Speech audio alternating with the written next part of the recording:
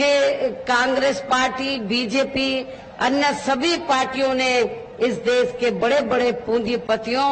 और धन्ना सेठों से चुनाव में, खासकर चुनाव में बॉन्ड के जरिए करोड़ों अरबों रुपया लिया है। लेकिन उस रिपोर्ट में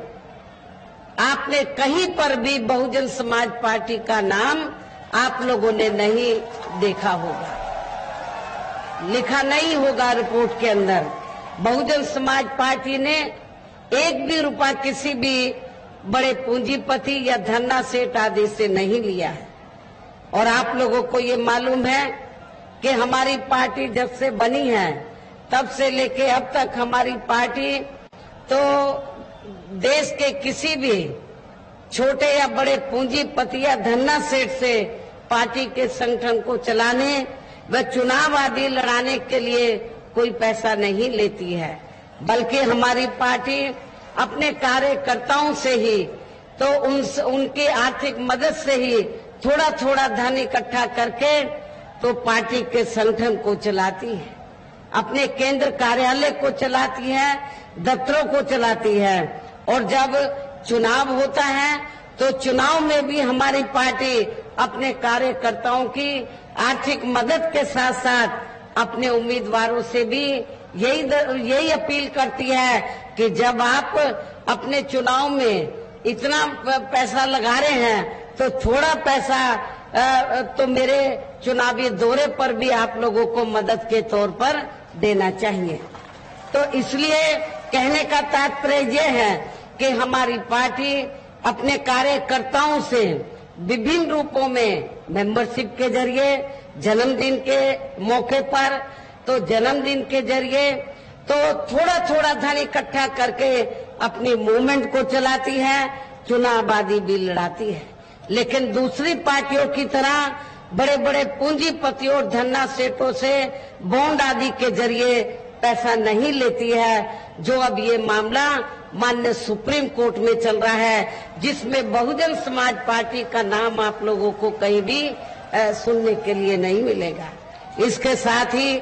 अब ऐसा लगता है कि कांग्रेस पार्टी की तरह ही बीजेपी ने भी केंद्र की तमाम सरकारी जांच एजेंसियों का ज्यादातर राजनीतिकरण ही कर दिया है। इसके अलावा देश के किसान वर्ग भी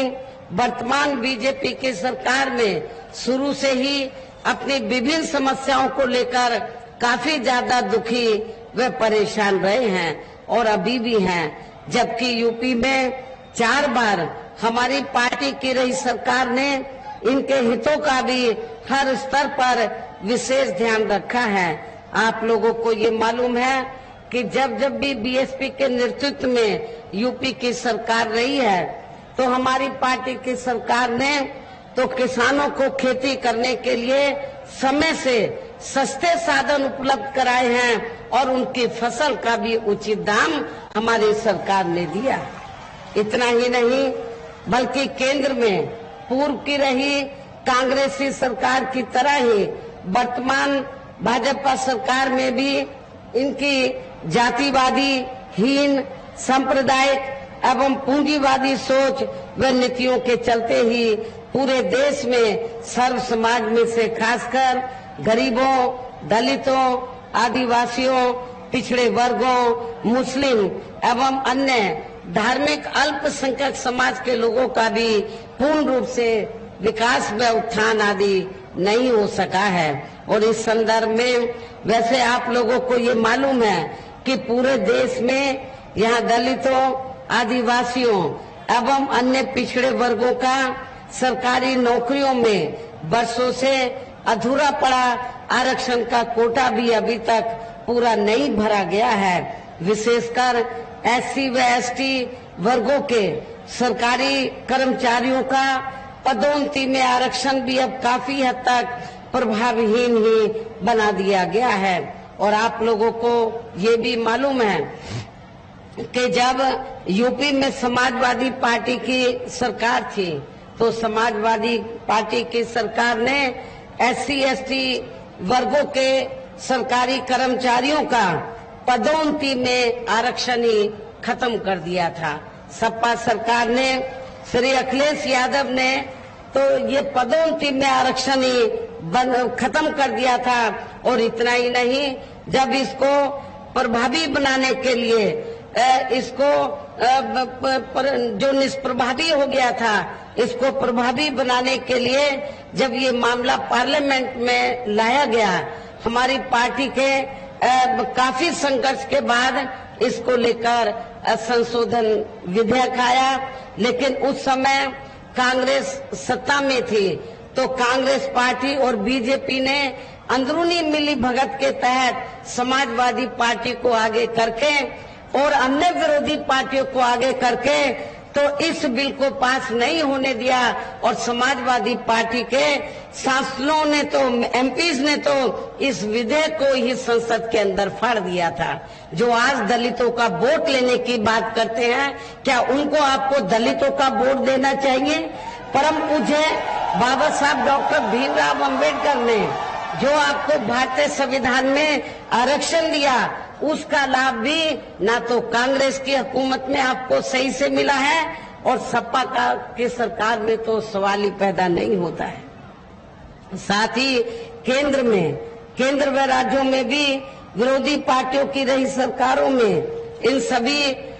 वर्गों को प्राइवेट सेक्टर में आरक्षण दिए जाने की व्यवस्था किए बिना ही इनकी सरकारों के ज्यादातर सरकारी कार्य अब प्राइवेट सेक्टर के जरिए ही इनके बड़े बड़े पूंजीपतियों व धन्ना सेठों आदि को ही दिए जाने के कारण अब इनको पूरे देश में आरक्षण का बहुत कम ही लाभ मिल पा रहा है। इसी प्रकार इनका अन्य और मामलों में भी शोषण व उत्पीड़न आदि होना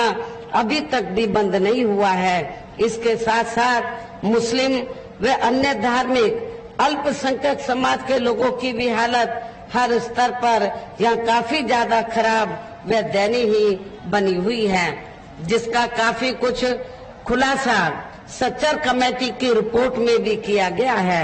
इतना ही नहीं बल्कि पिछले कुछ वर्षों से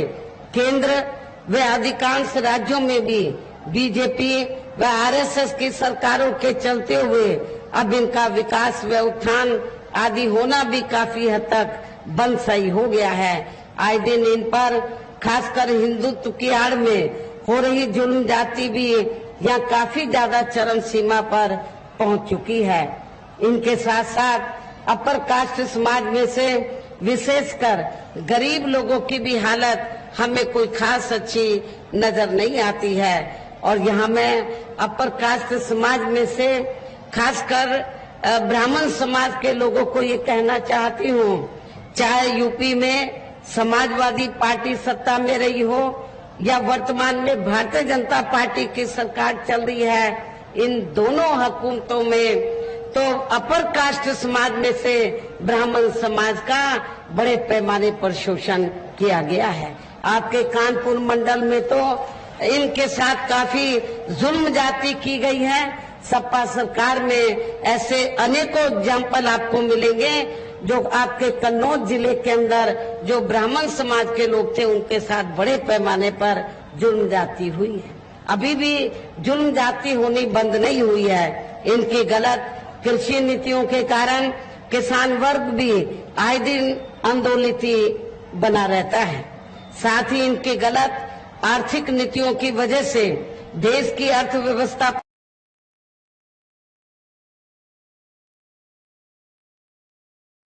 मध्यम वर्गीय व्यापारी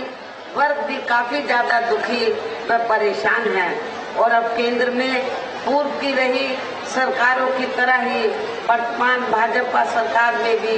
यहाँ पूरे देश में गरीबी, बेरोजगारी एवं महंगाई आदि भी लगातार काफी ज्यादा बढ़ रही है। देश में हर स्तर पर फैला भ्रष्टाचार भी अभी तक खत्म नहीं हुआ है। साथ ही अपने देश की सीमाएं भी अभी तक पूरे तौर से सुरक्षित नहीं है। ये भी यहाँ बड़े चिंता की बात है। ऐसे में अब आप लोगों को देश में हो रहे लोकसभा चुनाव में कांग्रेस, बीजेपी व इनकी सहयोगी पार्टियों को भी केंद्र की सत्ता में आने से जरूर रोकना है। जिनकी गलत नीतियों व गलत कार्य प्रणाली आदि को आप लोग काफी हद तक आजमा दे चुके हैं। ऐसी स्थिति में अब ये विरोधी पार्टियां इस चुनाव में भी किस्म किस्म के साम दाम दंड भेद आदि अनेकों हथकंडे इस्तेमाल करके केंद्र की सत्ता में आने की भी पूरी कोशिश में लगे हैं, जिनसे अपनी पार्टी के लोगों को हर स्तर पर काफी ज्यादा सावधान रहना है। और इस मामले में विरोधी पार्टियां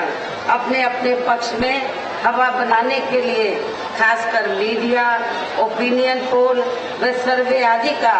जो बड़े पैमाने पर इस्तेमाल कर रही है, तो उससे भी अपनी पार्टी के लोगों को बिल्कुल भी गुमराह नहीं होना है। इसके साथ ही विरोधी पार्टियों के विभिन्न रूपों में जारी किए गए इनके हवाई व प्रलोभन भरे चुनावी घोषणा पत्रों एवं वायदों आदि के बहकावे में भी अपनी पार्टी के लोगों को कतई भी नहीं आना है, जिन्हें ये पार्टियां चुनाव खत्म होने के बाद ज्यादातर अमल में नहीं लाती हैं और अब जिन पर से देश की जनता का अधिकांश विश्वास ही उठ गया है। यही खास वजह है कि हमारी पार्टी किसी भी चुनाव में अपनी पार्टी का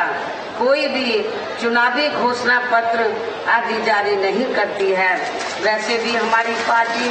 किसी भी मामले में कहने में बहुत कम बल्कि कार्य करके दिखाने में ही ज्यादा विश्वास रखती है। और इस बात का सबसे बड़ा सबूत यह है कि उत्तर प्रदेश में 4 बार हमारी पार्टी के नेतृत्व में रही सरकार ने चुनाव में अपनी पार्टी के बिना कोई जारी किए गए चुनावी घोषणा पत्र के ही प्रदेश व आम जनहित में काफी ऐतिहासिक कार्य करके दिखाए हैं, जिनकी अब देश में अधिकांश पार्टियों की सरकारें काफी नकल भी कर रही हैं। जबकि इस मामले में हमारी पार्टी का ये कहना है कि यदि इन पार्टियों के स्थान पर केंद्र में हमें अपनी पार्टी की सरकार बनाने का मौका मिलता है, तो तब फिर हमारी पार्टी की बनी सरकार केंद्र में यहाँ अब तक की रही सभी विरोधी पार्टियों की सरकारों की तरह केवल हवाई व कागजी कार्य आदि नहीं करेगी, बल्कि उत्तर प्रदेश की तरह ही जमीनी हकीकत में ठोस कार्य करके दिखाएगी। और इस संदर्भ में खासकर मैं ये कहना चाहूंगी कि केंद्र द्वारा देश में पिछले कुछ समय से अति गरीब परिवारों को अस्थायी तौर पर फ्री में जो थोड़ी सी खाद्य सामग्री दी जा रही है, राशन आदि दिया जा रहा है, तो उससे इनका स्थायी तौर पर भला होने वाला नहीं। इनसे जो गरीब लोग हैं, इनका परमानेंट स्थायी तौर पर इनका भला होने वाला नहीं है। और इतना ही नहीं, इसके एवज में, इसके बदले में ये जो इनको फ्री में राशन दिया जाता है, जो कुछ समय से दिया जा रहा है, तो इसके एवज में तो जब चुनाव होता है, चाहे यूपी में असेंबली का चुनाव हुआ हो और अब पार्लियामेंट का, तो पूरे देश के अंदर भारतीय जनता पार्टी व आरएसएस के लोग तो गांव-गांव में जाकर ये प्रचार करते हैं, जो गरीब लोग उनके बीच में जाते हैं और उनको ये कहते हैं कि देखो, भारतीय जनता पार्टी की सरकार ने और श्री नरेंद्र मोदी जी ने आपको फ्री में राशन दिया है, आपने बीजेपी और श्री नरेंद्र मोदी का नमक खाया है, इसको आपको जरूर अदा करना चाहिए, इसके एवज में आपको बीजेपी को वोट देना चाहिए। लेकिन आप लोगों को बीजेपी और आरएसएस के इस किस्म के बहकावे में नहीं आना है, क्योंकि आप लोगों को भारतीय जनता पार्टी की सरकार जो फ्री में जो थोड़ा राशन देती है, तो भारतीय जनता पार्टी या श्री नरेंद्र मोदी जी अपने जेब से नहीं देते हैं, बल्कि देश की जनता जो टैक्स देती है, देश की जनता जो टैक्स देती है, और टैक्स से जो पैसा सरकार के पास जाता है, उस टैक्स के पैसे के जरिए आपको ये फ्री में राशन दिया जाता है। ये मेहरबानी बीजेपी अब आरएसएस की नहीं। और वैसे भी इनकी ये जटिल समस्या, जो गरीब लोगों की जो जटिल समस्या है, देश में हर हाथ को काम देने से केवल दूर हो सकती है, जिसकी तरफ हमारी पार्टी की बनी सरकार विशेष ध्यान देगी। साथ ही देश में पिछले काफी वर्षों से आए दिन बढ़ रही गरीबी, बेरोजगारी व महंगाई आदि से भी